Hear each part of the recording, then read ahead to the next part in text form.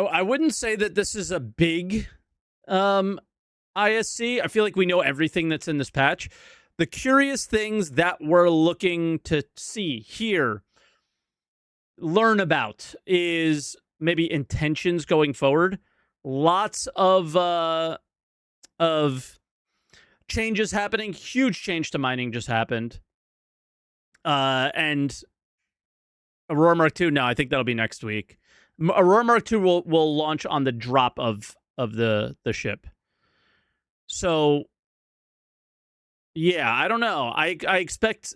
I want to hear more about, like, intentions for mining, intentions for crafting, intentions for the armor change that are not exactly going as the community would have planned it, I guess.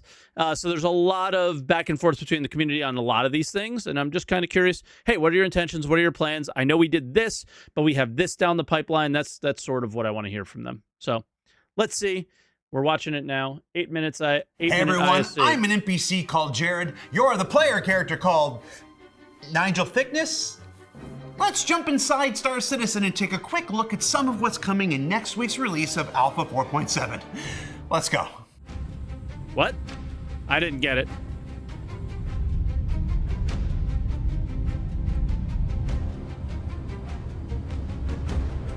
Now, the big headline feature in Alpha 4.7 is our new operation, Breaker Stations, also referred is crafting, dude. It's crafting. No disrespect to anybody who worked on this. Are you fucking kidding me? to as the artist formerly known as Rockcracker. I guess this is complete. Crafting is so Currently in incomplete, testing maybe? on the PTU, Breaker Stations invite you to visit these derelict stations, find your way inside, restore operational control in whatever manner you can, clear out some baddies, because there's always some baddies, and then attain your reward, which in this case is a bunch of cool minerals you have to fly inside an asteroid to retrieve. It's the next major content drop for Star Citizen this year, looking to build upon the work from previous operations like Stormbreaker. No developers talking about this. It's just Jared. We're not going to learn anything. Onyx facilities, and welcome to Nyx, complete with optional paths to success and greater rewards for those who unlock all of its secrets. Yeah, just a little patch But these teaser. Breaker Stations also come with a unique twist. There are exclusive and contested versions available to all players. The exclusive options will make it easier for dedicated groups of players. This was recorded in one PT, like, the numbers aren't even right. Not even close to right. To tackle the content on These numbers only existed for one patch, too. their own without too much interference from the universe as a whole. While contested locations will provide a more rambunctious adventure for people who like a little more chaos in their lives. In either case, bring backup. Now additionally, there are Are we going to talk about the rewards at the contested? even more locations without the rock to crack, dedicated to a variety of sandbox missions that will be unlocking a few Those prices should be back, what, 200 and 400? weeks after release. So altogether, these Breaker Stations represent an exciting progression in location scale, combined arms combat, industrial opportunities, the ongoing conversation about PvE, PvP, and PvE, and just in general, everyone coming together to But they've done nothing to like calm that conversation down, and it's not a conversation, it's arguments. This hasn't fixed it because there's no reason to do a contested one if the good, I mean, I guess the value of the ore, it's so expensive to buy in. They might have priced it okay if there was a wipe. If there's a wipe, they priced it well. either help or hinder one another, depending on which contract and what experience you choose. Because you really don't make much. That's not all 4.7 has to offer. The long-fabled inventory improvements are upon us, providing the next evolution of Star Citizen's interface for indexing, interacting, and evoking all the irregular items you intersect with throughout the universe. with new functionalities that affect everything from stacking to displaying inherent quality, and a spiffy new look that should cut down on time looking for the right stuff. It's a major quality of life improvement for the verse that will not just continue to improve beyond 4.7, but set up the I'm just going to say right now, every single bug except for one where it turns holographic, I have experienced with this inventory in the PTU. It is putting lipstick on a pig. The background code or whatever of how inventory works is way more of an issue than being able to search or stack or things like that. Being able to stack is absolutely incredible with like gems and things like that. But there's still a long way to go with this.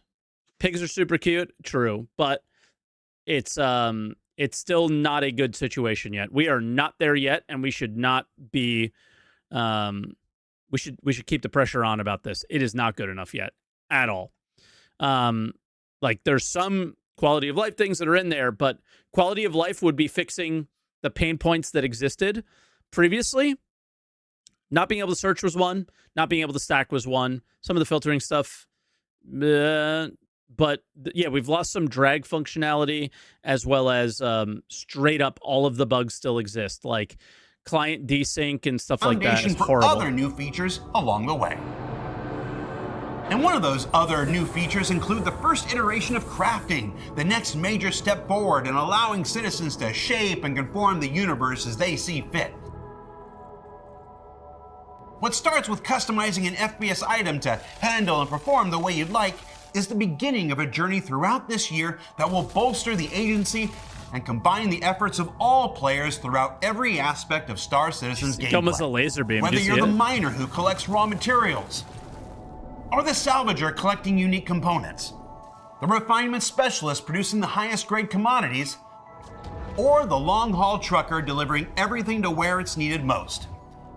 The mercenary who hunts for the latest and rarest blueprints, or the combat specialist who serves as both client and protector, the crafting journey that begins.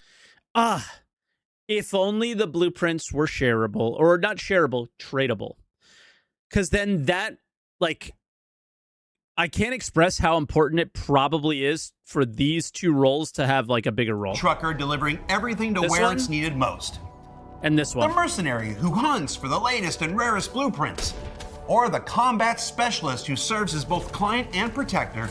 The crafting journey that begins here with Alpha 4.7 is an essential element to realizing the living, breathing, interactive universe that we've been building towards, and is one of the most exciting additions to the universe this year. And of course, as with every new system, there's going to be a host of changes along the way. So be sure you check out the new crafting guide that releases alongside Alpha 4.7 for all the latest info. Now, for me, I just want to express how important it is to understand that, like, not everybody wants to run missions, not everybody wants to mine, not everybody wants to craft, not everybody wants to salvage. So when, even in a game that it doesn't force you into like a route with skills in like a typical like RPG game, the ability to just say, I don't want to do that, so I'm going to go do what I like to do and then buy that thing from other players, I do believe should be applied to blueprints as well.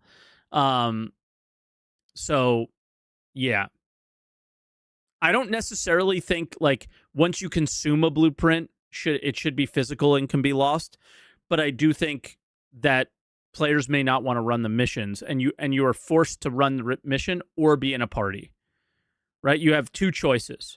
So like, what does a solo player do that wants to craft a weapon of some kind where that mission is more geared towards group gameplay? It's a little weird at the moment. So there's some dialing in they're going to have to do. And what should they do? They should be able to buy that from a group who farms blueprints. Right? So, like, you may not want your blueprints to be able to be stolen. I understand that. But we all know what's going to happen in 4.7. 4.7 is going to be like Alliance Aid. There's going to be 400 people in a party hitting left bracket. And that's not ideal. And if they decide to take that away, which would be fantastic, I think, what do you replace it with? Right? You have to replace it with something that makes sense. And you're going to replace it with, I hope, the ability for people to farm blueprints and trade them with people who don't want to farm blueprints, right? A crafter wants to go out and maybe mine, salvage, and craft. I don't want to run missions. I hate the missions in this game most of the time, right? I prefer the sandbox elements of it. So I am definitely speaking with a bias here, is I don't want to go do these missions.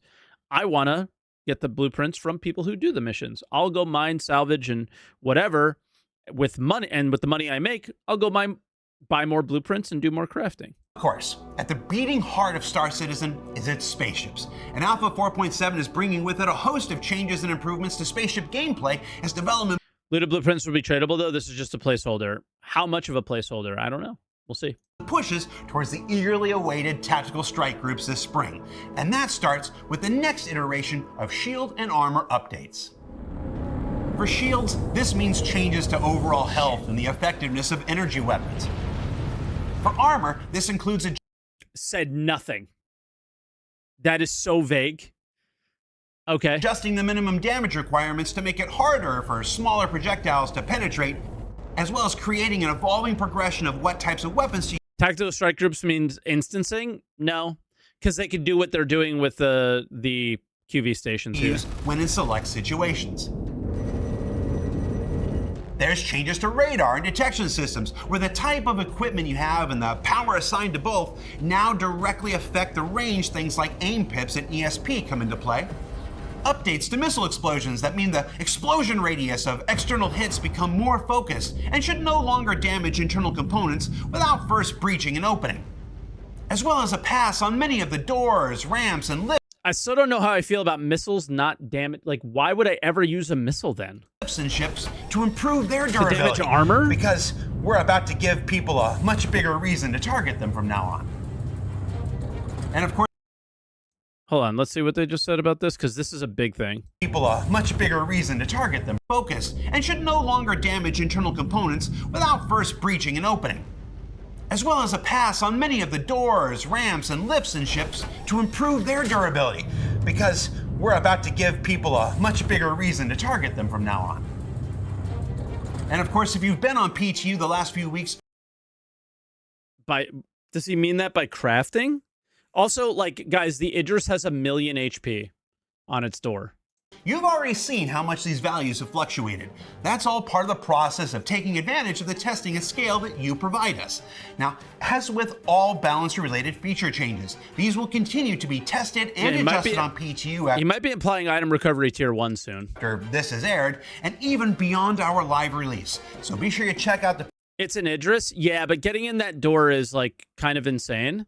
So for me, I think you need to do something more like Rust, where it's like, yeah, breaching items and things like that are really expensive to craft. Just copy the gadgets that we have now, make them extraordinarily expensive to craft, and then you're able to breach doors, right? You could do 1,000,000 HP of damage, but not to a ship, only to a door somehow. I don't know. Patch notes for the latest details, and keep the feedback on Spectrum and Issue Council coming. Also in 4.7, there's new factions to encounter. I love their armor, man. It's so good. New space stations to explore. Character art new killed armors it. to be acquired. Expanded salvage contracts. And hey, don't forget, the story of Alpha 4.7 doesn't end with its intended release next week. That's because there are still several point patch content drops between now and Alpha 4.8 in May, including Alpha 4.7. Point 1. He means 471. Which is about 2 weeks after that, with the newly redesigned Hull B, which we'll reveal in about 2 weeks. Oh, the Grey Cat UTV, okay. which we can show you now. Yay! Hey, little guy. The Captains of Industry promotion, which sees the return of many cargo, mining, salvage vehicles, and more. Oh, guys, we're getting those skins. And then in 4.7.2, about 2 weeks after that, that's where Nyx expands once again with a whole host of new missions, including the return of courier and delivery assignments. All right, I got what I wanted out of this video. We are hearing what's coming in the future, which is cool. 4.71 and 4.72. Bombing run. So actually coming with a patch, not with a... Okay, I'm freaking out, though. CIG, I beg of you, one thing, just one thing and one thing only. Anybody who has farmed material on the PTU has seen the issue that I'm about to mention. If you farm gems, oh, beautiful. They carry over between patches. If you farm material, they don't. If you farm gems, they carry over with 0 quality. When you bring the 0 quality stuff up a freight elevator, what happens to it? It does a random loot roll for every single gem individually and gives it a random assigned number. When you went out and already did that random loot roll and mined those gems for their high quality nature, right? Completely fucked. That's how it goes in the PTU right now. They have not addressed this yet. So fingers crossed. If they don't fix this and they're going to run 2 other cycles, I really hope they have it fixed before the .1, because that's going to piss people off. And it's also going to create situations where you may have had 700 quality stuff and now you have 900 quality stuff. And that's not fair either, right? So. And those delightful destroy item engagements as they all come into play using the rockless breaker stations that we talked about before. Altogether, the Alpha 4.7 era will deliver new content about every 2 weeks between now and 4.8, which is another way the development team is working to ensure that there's always some. Did you say bombing run missions? I missed that. I heard the bombs. And then in 4.7.2, about 2 weeks after that, that's where Nyx expands once again with a whole host of new missions, including the return of courier and delivery assignments, bombing runs, and those delightful destroy item engagements as they all come into play using the rockless breaker stations that we talked about before. Where? Where'd you see the Aurora?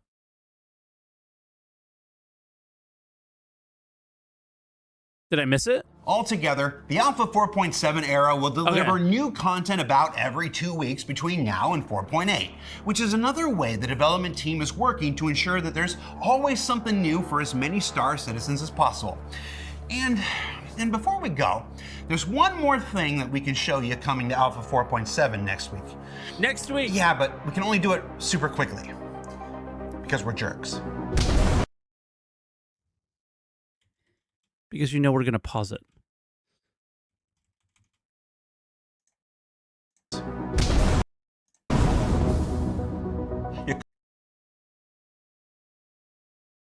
Bro, it looks like a... Hold on. That's quality, not speed.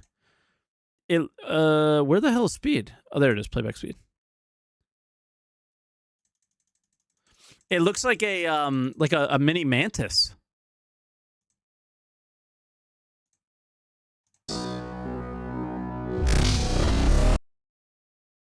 That is not an Aurora.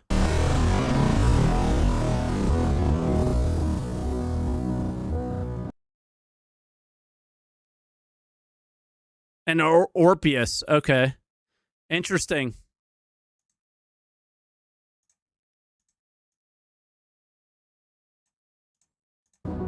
You could say a new start for spaceflight arrives in Alpha 4.7. Come on back next week to find out more.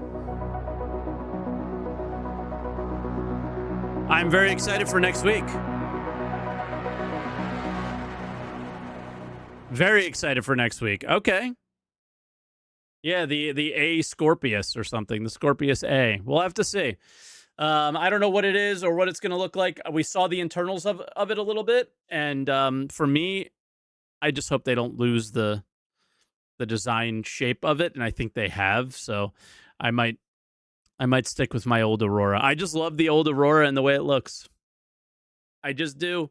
But that's what it is for me. Okay, highlights. 3 versions of 4.7 before we get 4.8. That's a highlight and a low light. I mentioned the low light part, but they still have time to fix that. Bombing runs was a surprise. Hull B, not really a surprise, but I've been waiting for that ship forever, so I'm super excited for that. Yeah, tactical strike groups mentioned in the spring. I think we would have thought that would have been in the fall, so that's a surprise as well. And yeah, I can't think of anything else. Midgard, it wasn't working for me. I tried that. Yeah, and every 2 weeks. So we'll see. Item recovery 2.1. I don't think he mentioned it yet. You can cope and hope that, but yeah. 4.7 is looking to be a pretty fun patch, I think. So we'll see. Could be fun. It's definitely going to be fun for crafting with me. I'm hyped as hell. All the extra stuff is like icing on the cake, and it sounds like we have a decent amount of content to engage with, which might be cool. And all those missions now might come with unique blueprints associated with them. Who knows?